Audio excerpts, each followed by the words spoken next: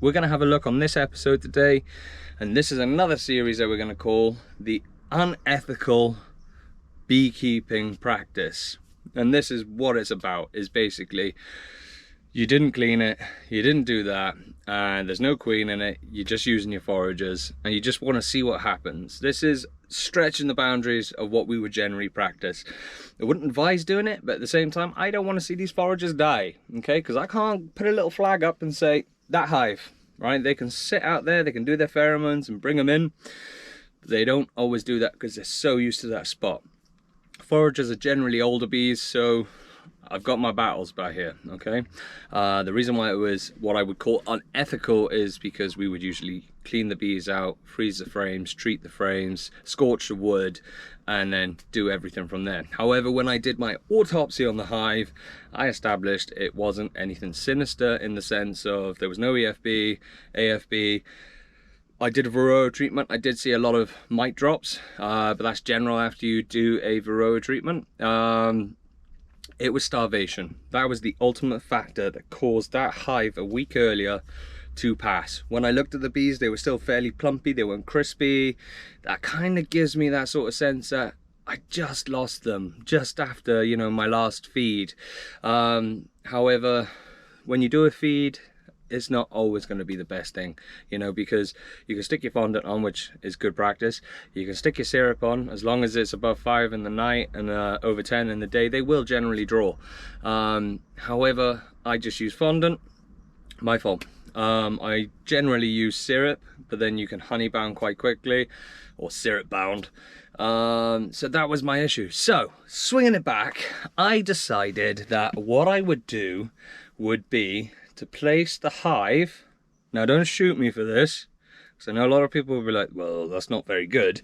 I know it's not good, but like I said, there was limiting factors there. I took into account this and that. I put the foragers with the box of bees to see what happens when you do that. Do they A, clean it for me, B, how many's inside there, and C, I'm a month away from potentially rearing queens. So if I can keep them going, those foragers, without leaving them to die, I can stick a bang, you know, I can bang a frame of eggs inside there. Once that's done, they can raise a queen and we've got the colony back. Bullseye. So let's have a little look, let's have a little see on what it's about. So don't forget, hit that subscribe, hit that little bell so you're notified of when I do a video, and drop me a comment on if you think I'm an idiot for what I've done, or would you have done the same, or how would you have done it? Let's go have a look. So I'm just getting ready to go into this hive, have a little look, see what's going on. Gotta take the lid off. That's insane. That is actually insane. This is just the top of the crown board. Look at that. It's like as if I caught a swarm, but I know I haven't. Wow. Just wow. I'm expecting these to be a little bit more aggy than usual because they're obviously queenless, potentially queenless. Very highly likely. I'm, you know, going that they are queenless. Sorry, I haven't been using my tripod in these last couple of episodes because I broke the leg on it. So I'm just gonna have a peek to see how much they've cleaned and to see what we're looking at, because it's just outstanding. You can hear them, they're a lot more aggressive, right? This is a typical sign of a queenless colony when you see them doing this. Okay, the way that they're you know, communicating, it's definitely something that's, you know, yeah. So they've been focusing on the central, so it means it's not a massive cluster. I expect the outer frames to be covered, as in like full of bees. So nothing drawn out on that side shows that the colony wasn't strong at the start.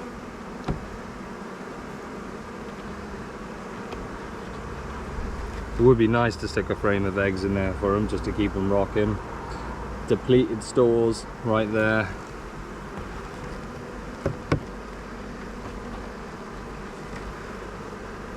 Very small cluster of bees inside there. You can see how they've really centralized. So, and it should be the same on the other side as well.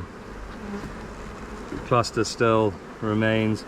You can see them all dead within the cells, and this is why I'm doing the unethical aspect of letting the bees do it. And it's the same on this side as well. It's a really sad sight, you know. So when I say unethical, it's not that I'm unethical, but the practice is potentially seen as unethical. As we come across this now, they've cleaned out these, right? They've cleaned them out.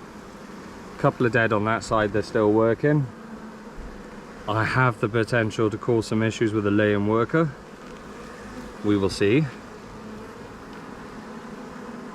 Sorry ladies. Just let me get to this frame.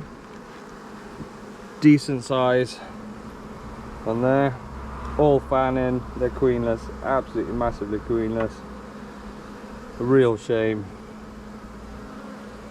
And they're not aggressive at all. I was expecting them to be aggressive, but they're not one bit. So I don't think they're going to make it. This is why it'll make it an interesting series. It will be brilliant to see if I could you know, get them to survive. I got the what did I call that episode, the tragic swarm to survive, which is actually the big colony that we just migrated. So they're storing syrup in there. Or it's not syrup, sorry, it's honey, nectar. Can't see much pollen being stored. There's a couple of cells in there. So it's a very small cluster. That is the return of those foragers that, you know, never made it back. And if I can, I would like to get a frame of eggs to go in there. But they've done a really good job at cleaning. There's only a couple of frames left with dead bees in it. So I'm gonna go and have a look at my black bees now, because they're so prolific. Welsh black bees just by there. Really prolific bees. Not normally friendly. So I'm gonna have some fun. They're doing amazing. Absolutely amazing.